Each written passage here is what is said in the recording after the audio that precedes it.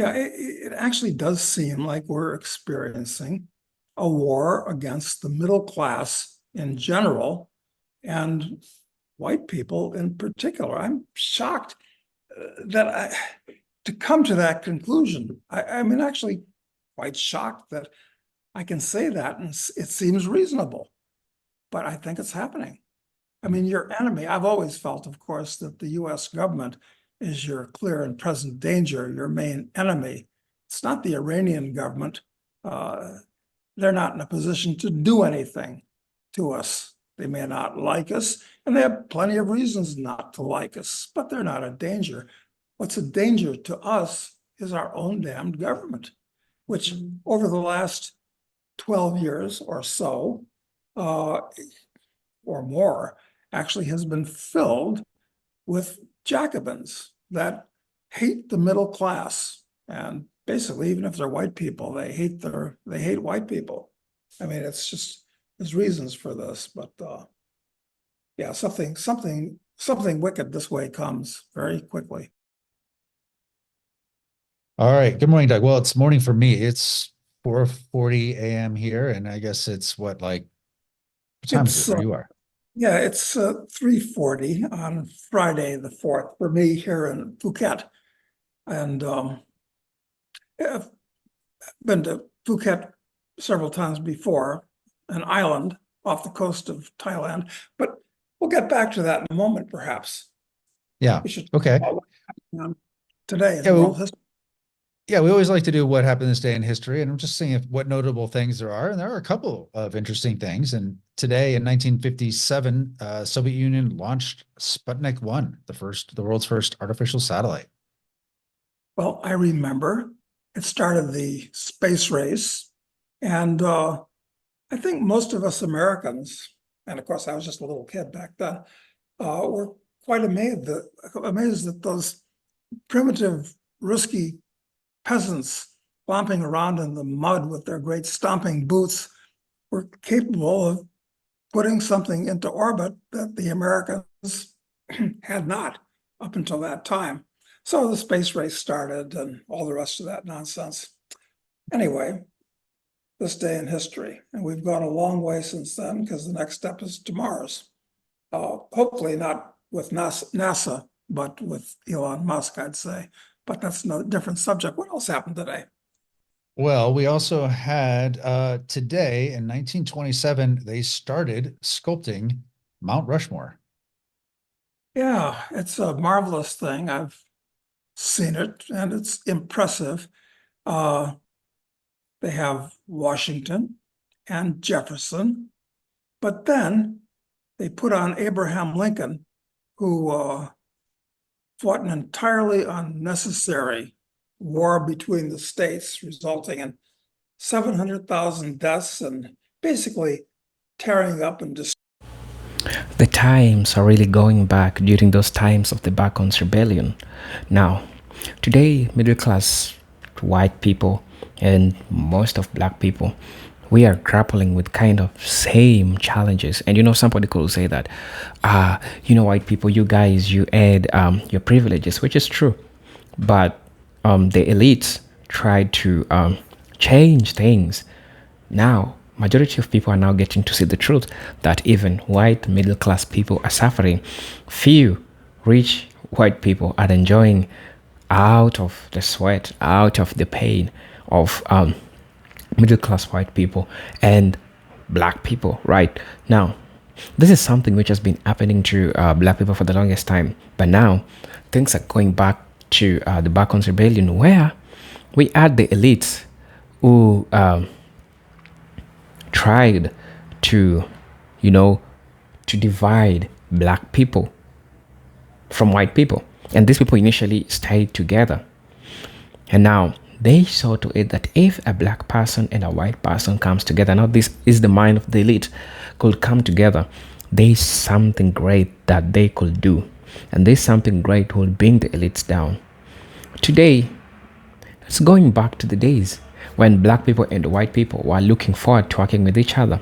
But now, I've been seeing a number of white people trying to ask black people if they could work together, because what the US government is doing is totally going against majority of the middle class white people and some black people, which historically has been happening to them. So this is something which has been happening. And today's presentation, it was a live session which was done by Daf Cassie's Take. That's the name of his channel. This is War on White America. You want to ask yourself, why did it say that this is war on white America? Because most probably the privileges or the things or the systems that was put there to them, which helped keep divide black people and white people, it's now shambling down. It's not now today. And now you get to see that they're saying like, damn, the system is against us, we need to do something. And I've been seeing a couple of white people trying to reach out to black people that we can work together. It is because the system that was trying to prevent them has now puked them out, right? So I want you to hear what these gentlemen are trying to say, because this is an important episode that I think all people from the America, because majority of the people are middle class, right, need to hear this thing, need to hear their take. And with me, as you usually know, I'll most definitely have a presentation in regards to this, because I tried to look some things online, and I think that there are a couple of reasons as to why this brother here is trying to see that there is war on white America. Buckle up for my presentation. After watching this video, you get to hear his take, and then I'll give you the reason as to why. Also me, I think that it's true there is war on white America. So let's jump right into the video. I'll be back with my commentary. Hey, if you're watching this video for the first time, I'll most definitely ask you to join my membership. You can support me through my Cash App. It's on my bio if you wish to support me, that is. Let's dive right into the video. I'll be back with my commentary. Destroying the Constitution. So I'm not a fan of Lincoln on any basis. And I guess, I don't know if we've had discussions of the so-called Civil War and its very aspects, but in my opinion, Lincoln does not belong on Mount Rushmore or on the penny or on the $5 bill. But the penny is going to disappear soon, because I think it costs the government about $80 million per year to mint zinc but copper-plated pennies that nobody uses. Anyway, the fourth character is Teddy Roosevelt, who I would say that if I was going to hang out with anybody for a week, of all the presidents, he would be one of my top choices. I mean, he was a genuine Renaissance man. Many, many admirable qualities, except politically, he was a statist, fomenting wars and loving it. So An imperialist, really, right? An imperialist, yes. So he started, from that point of view, a very nasty trend in American society, with being involved in the Spanish-American War and its consequences thereafter. So anyway, it is interesting that he, the other people who had been on, they're much more historical figures. I mean, he was almost contemporary to the time when they're doing Mount Rushmore. Isn't that what's strange? Yeah, it is strange. And same thing is happening with the national currency, where in the past, we used to have Indians and mythical figures and all that on the currency in the past. Founding father, okay, Washington, special deal. But in recent times, we've gotten up to right after World War II. Well, first thing was putting Lincoln on a penny. I mean, this is like ancient Rome used to have just gods and goddesses and concepts on their coins, and it started to show its degradation when it put current or near current people, and that, of course, the emperor is always enshrined. And I guess this started with Lincoln, and who was the next person? Well, they put Jefferson on a nickel, and I think it was 1939. But was really objectionable was in 1946, what was that, 2 years after FDR died, they put him on the dime. I mean, this is somebody that's just died is enshrined on the dime. So, well, but the good news is all of our coinage will cease to exist in the very near future. So we won't have Yeah, to. the bad news is eventually it'll all be digital, and we won't have faces on it anymore, but we'll be tracked in it when we spend everything. Yeah, exactly. So what are you going to do?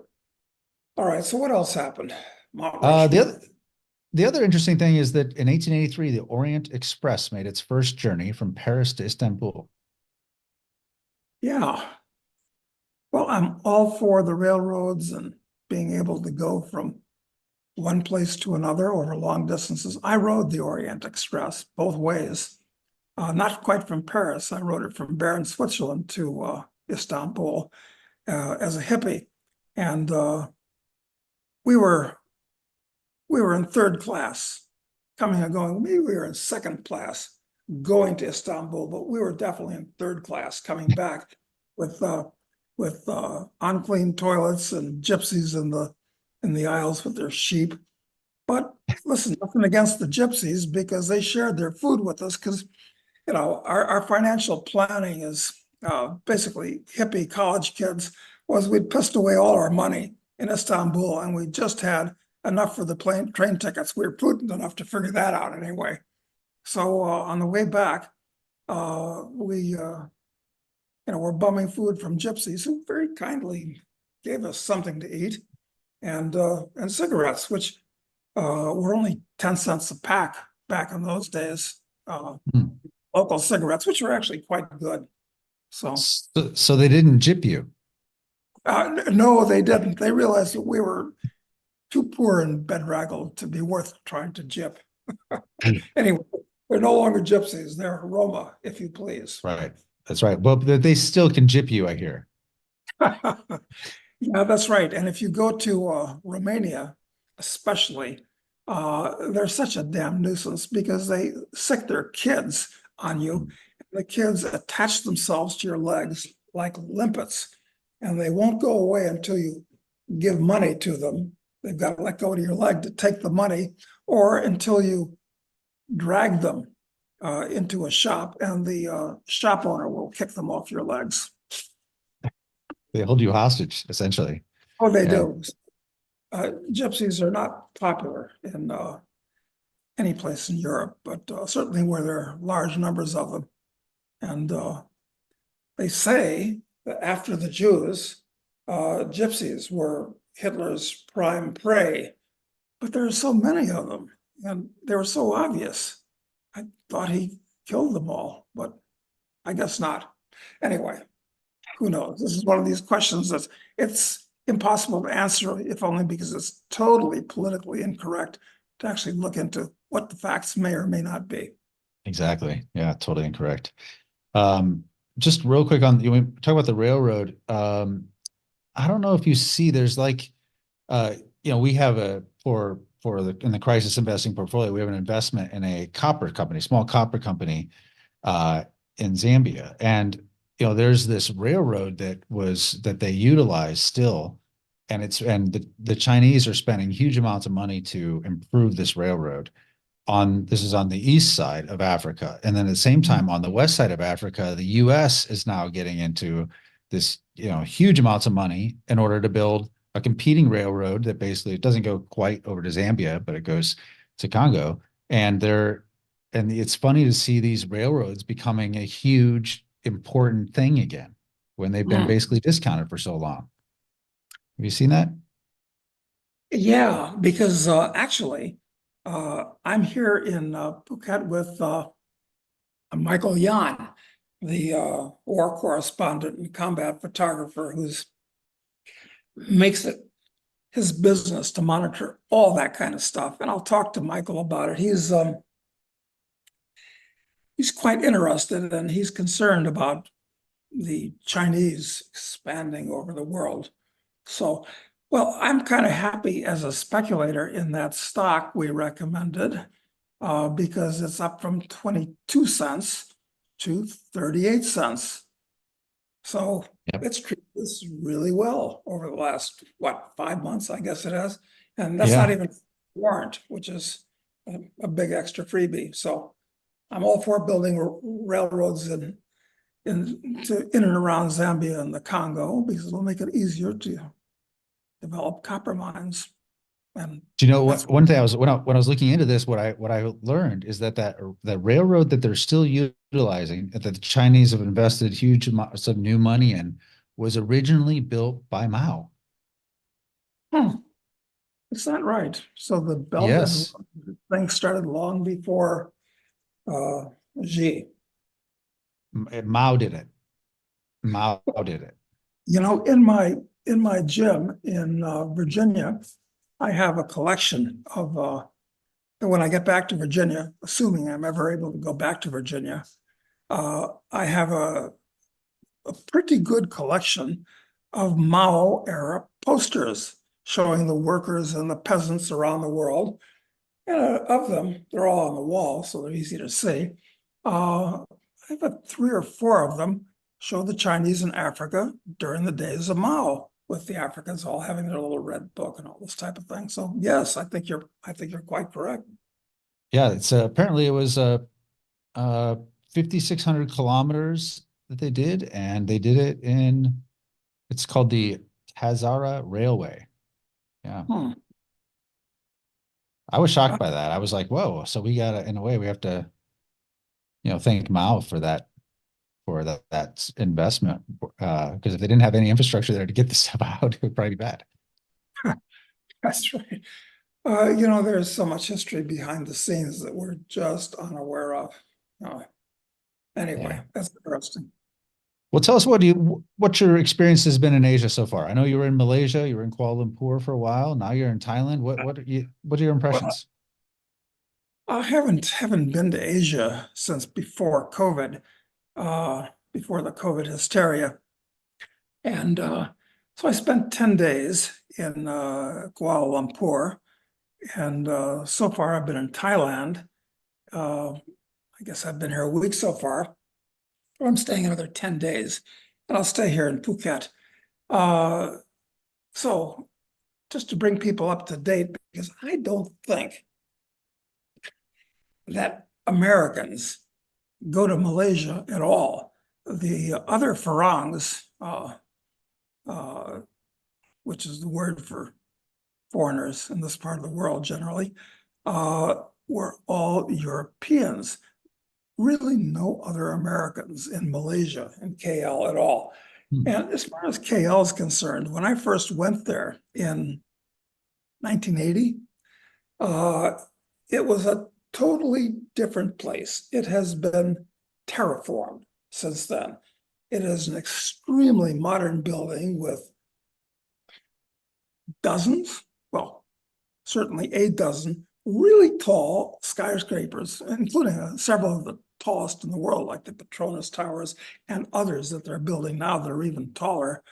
Very advanced, very clean, very safe, very civilized.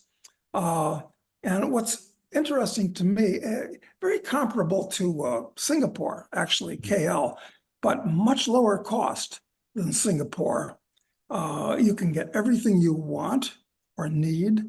The hotels are excellent and inexpensive, very inexpensive, even cheaper than here in Thailand. Hmm. So, having spent time in Malaysia before and been to a number of places other than KL, I've got to say Malaysia is developing nicely. In the past, I mean, this must have been 20 years ago, when I went up to the northern provinces of Malaysia, and it's very seriously Muslim up there. And it was kind of dismal and uptight and couldn't get a beer, this kind of thing. So those northern provinces, Malaysia was put together after World War II from a bunch of sultanates, basically. I think there were like 10 that were cobbled together to create Malaysia. And then the British had what they call the War of the Running Dogs against Malays that didn't like the British there. Anyway, bottom line, if you're going to be doing any traveling in this part of, into Southeast Asia, I would go to KL and be favorably impressed, even though it's definitely a Mohammedan society, but it's kind of a mellow variety of Islam. Yeah, I So was last there in 2011, and it was the only time I was ever there, and I had no idea what to expect, and I was really impressed. It was clean, nice. You could definitely live very luxuriously for very cheap, and I mean, I felt perfectly safe and very comfortable as a Westerner there. everything works. I mean, it's really a great place to live. I mean, you're always going to be a Farang. That's okay. But there's not a whole lot of Farangs, so you're not considered a threat because there's not a horde of you there. So Right. yeah, it's a candidate. Definitely is. Hmm. Any other observations about Malaysia? Just like Well, I'll tell you, surprises or yeah, let me make another observation. It's that one thing that couldn't help but occur to me is that how this city, and we're not talking about a famous place that has been inundated with oil or anything like that, but it's that KL is transformed. It's a new and delightful city compared to American cities like Cleveland or Baltimore or Cincinnati or Chicago or 100 others. They haven't changed at all. I mean, since I was a little kid. And actually, since they haven't changed at all, many of the buildings are decrepit and the streets are pockmarked with ruts and potholes. And uh, so, and the railroads in the US are crappy. And I flew into Malaysia on Qatar Airways. There's no question that the two best airlines in the world are Qatar and Emirates. And they're not just better than American and European and South American airlines. They are orders of magnitude better. It's it is so noticeable. It's actually just embarrassing. Uh, the way from just business class, you're picked up at your hotel in a proper car, not a crappy old New York taxi that you pay for yourself. And uh, on the plane, they give you a pair of pajamas and you don't just have a nice lay down seat. It's actually a compartment. And I'm not talking about first class. I'm just talking about business class. The food is not airline food. It's the service is it's perfect. perfect. It's just perfect. You lack for nothing, and it's completely polite. It's not like flying on United Airlines where the stewardess is my mother's generation because she flew for United during World War II when it was, you had to be a registered nurse and all this and young and good looking and single. So forget about that. They're all Teamsters employees now. No, these Qatar and Emirates, which we're going to fly from Colombo, Ceylon to Buenos Aires in a couple of weeks. This is far and away, unquestionably, the best airlines in the world, Qatar and Emirates. So anyway, another sign of how the U.S. is falling down, and its cities are falling down. What do you think is driving all the economic growth in Malaysia? I mean, how are they able to do that? Well, I've got to look into it because, mea culpa. I didn't research why is Malaysia doing as well as it is, because in the past they just had tin and palm oil, and they still have those things. But why are they doing quite so well? I think this is worth some research that I'm very embarrassed that I haven't done to find exactly why this is. Why is it's like why does nothing work in the US with these giant budgets? And I mean, I would suspect like the tax rate is much lower in Malaysia too. People pay less of their income toward it, and still you have all of this building and activity and safety, and I don't know. Yeah. Yeah, you don't have a giant underclass that's drugged out. I mean, there are some things that, as a libertarian, I'm somewhat flummoxed by. It's that, unlike 50 years ago, how many years ago would that have been? Well, 45 years ago when I was first here, there's no slums. They put all the people into acceptable apartments. Well, they tried to put the black people in cities in what were acceptable apartments, and they all automatically turned into slums. In KL, you can see that these are government-built high-rise apartments, but they're well-maintained and they really look like ordinary, decent apartments for people that aren't rich. So there's no beggars, there's no people laying around in the streets. There's none of this San Francisco phenomenon. Why? I'm going to have the next time we're here. I'm still here in the exotic Orient. I'm going to find out why is Malaysia of all places doing so well. Yeah, it's interesting. Okay, well, what about Thailand? What observations there? Well, here we didn't even go to Bangkok. We went right to Phuket, and I've been here before 2 years ago, and I can tell you that this island, how big is this island? Because we drove all around the island just to see what was going on. It's a giant beach resort, but it's not a little crappy Caribbean island. It's a pretty big island in the Andaman Sea in southern Thailand.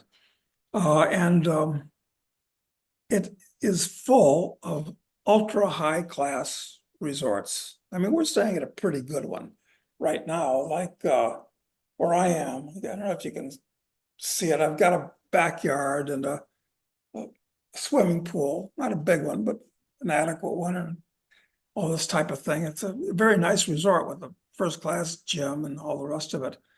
So we're staying here. But the island is full of these things. And on top of that, rich Asians and rich Europeans and some rich Americans are building like really rich houses on the ocean here or overlooking the ocean because Thailand, for what faults it has, is a peaceful, quiet, happy place, notwithstanding the fact that there are separatist movements in Thailand in the far north with, basically Muslims, and in the far south with basically Muslims, where the army is battling them. But in purely Thai areas of Thailand, it's extremely safe and just delightful. And once again, you can get everything that you want, even though this is a resort island. We're not talking about Bangkok, where it's you can get anything you want in Bangkok. So one thing that kind of disturbs me, and I'm going to talk more to Michael Yan about this because we're spending the next few days hanging out together, is a new phenomenon here in Thailand, is that there are pot shops everywhere. You drive around the island, I think we probably saw, and there are many we didn't see, obviously, probably saw 30, 40 pot shops. And so I'm all for your body being your own possession. Do what you want with your body. I mean, and I have no problem with people that want to experiment with drugs, or for that matter, do 10 heroin shots a day. I don't care. Not my business, not your business, certainly not the government's business. But I find as a societal trend, it's somewhat disturbing that the island can maintain all those pot shops. Maybe it's just for the tourists, not as opposed to the Thais. But the problem with doing a lot of pot is it clouds your mind, frankly. If you do a lot of it, your mind is always clouded. I mean, they say, hey, man, let's get fucked up. And that's what happens. So, if you want to do it, it's fine. But as a trend, it's not good. Well, I definitely witnessed it firsthand in Denver, where when they legalized it, and it became an industry there. You you could watch the decay happen in front of you. Now, I'm not saying one caused the other, but it happened at the same time for sure. And there were, I think I've told you about this before, but there was an interview in the Denver newspaper with a homeless guy a year after they legalized pot. There's a homeless guy, and they asked him. You really mean an unhoused, a person who's presently unhoused. Actually, at that time, they were calling them campers. They were really trying to call them campers. I swear. This is what they were pushing in Denver. What happened to bums and vagrants? Where did they I go? know.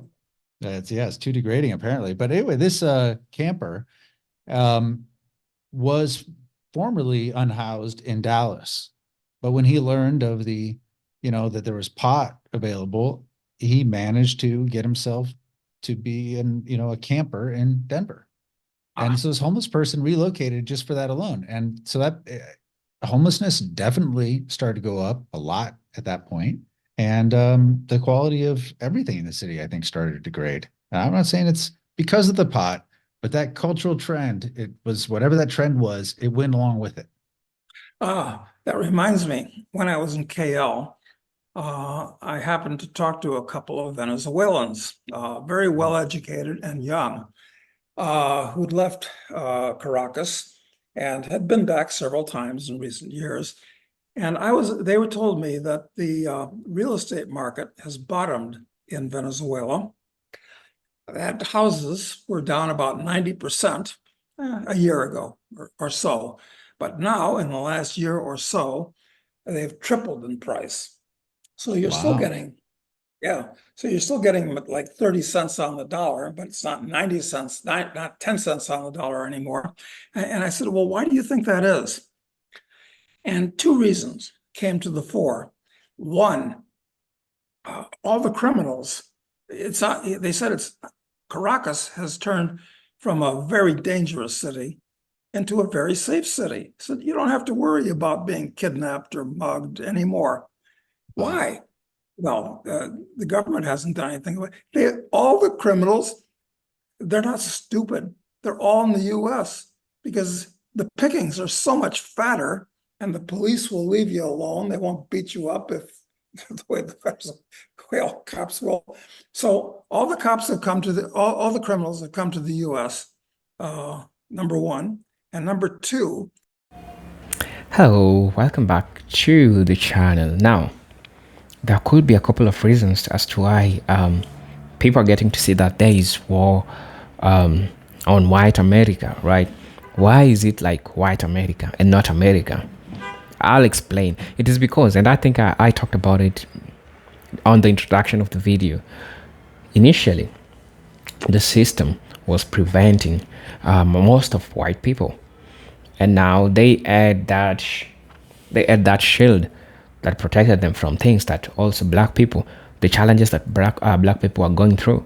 But today seems like it's hard for everyone. It's also hard for white people, especially middle-class white people. And I tried to look the reason as to why it's hard for everyone, and I found out a number of things. So be ready to hear my perspective in regards to this.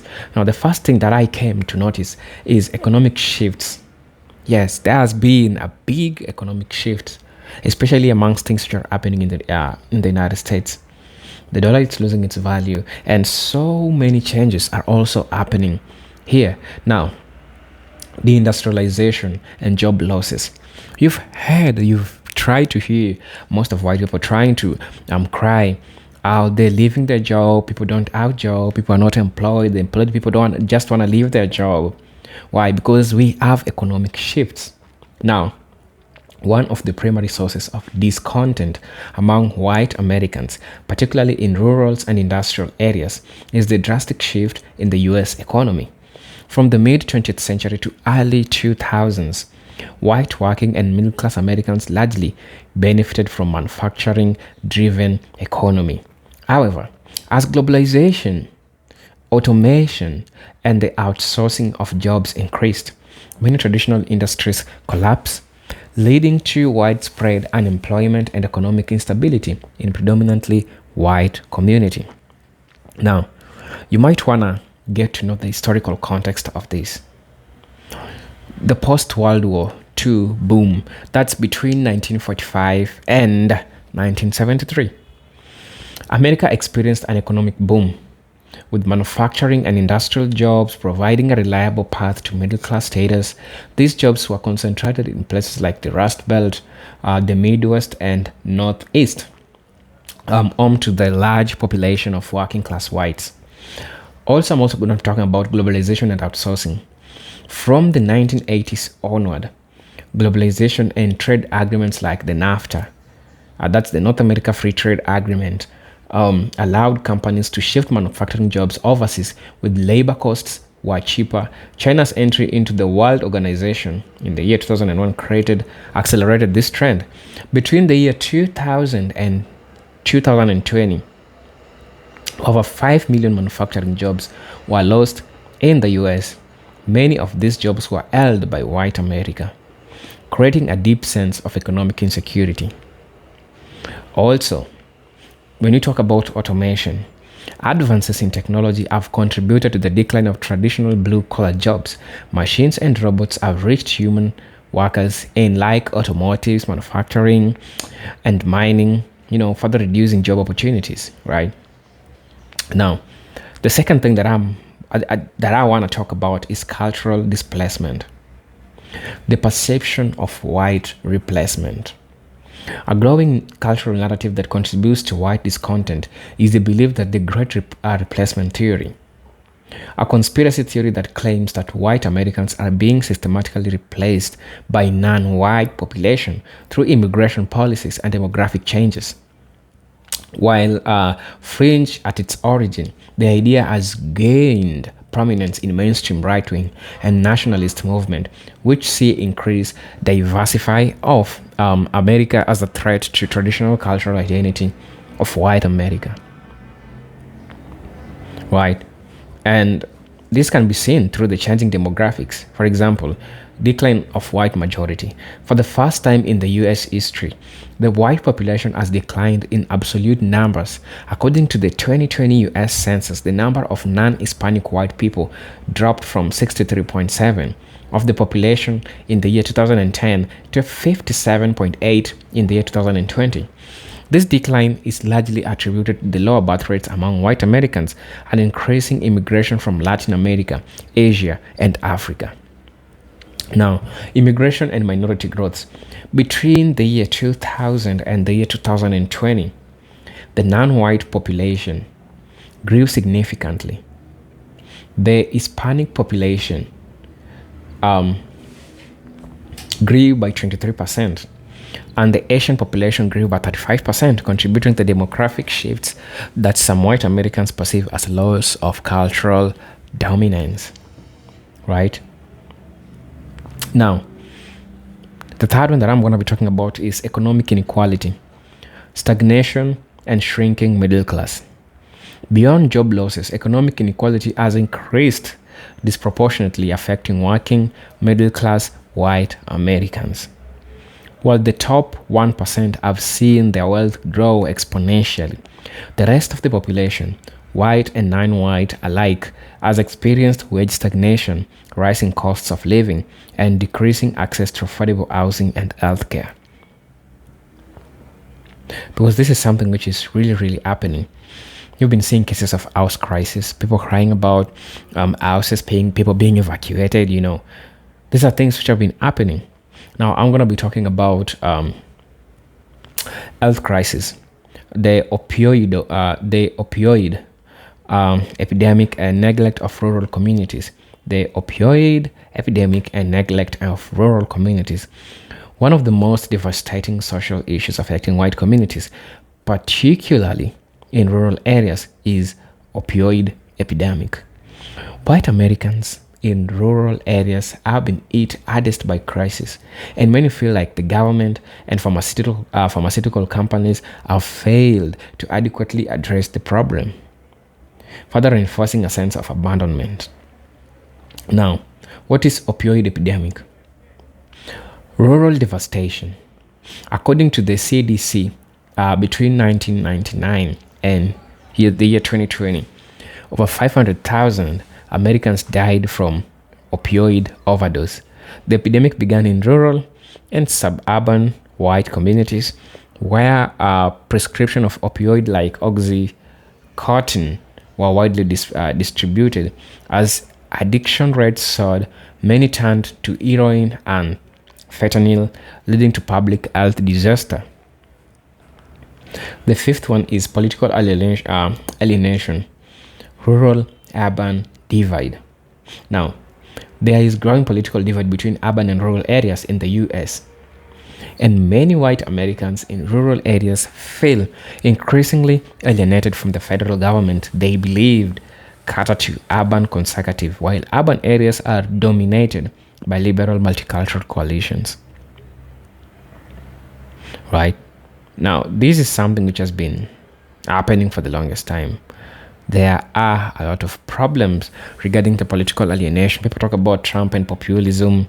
People talk about, a number of things that are really happening to the white community. So, guys, I just want to get your opinion. What do you really feel about all this? What do you really feel about this? I most definitely want to ask you that question. These are presented Gintech Stories, and until then, peace, love, and harmony. Salute.